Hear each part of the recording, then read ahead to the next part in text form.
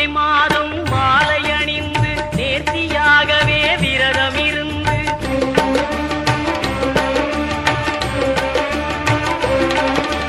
பார்த்த சாரதியின் மைந்தனே உன்னை பார்க்க வேண்டி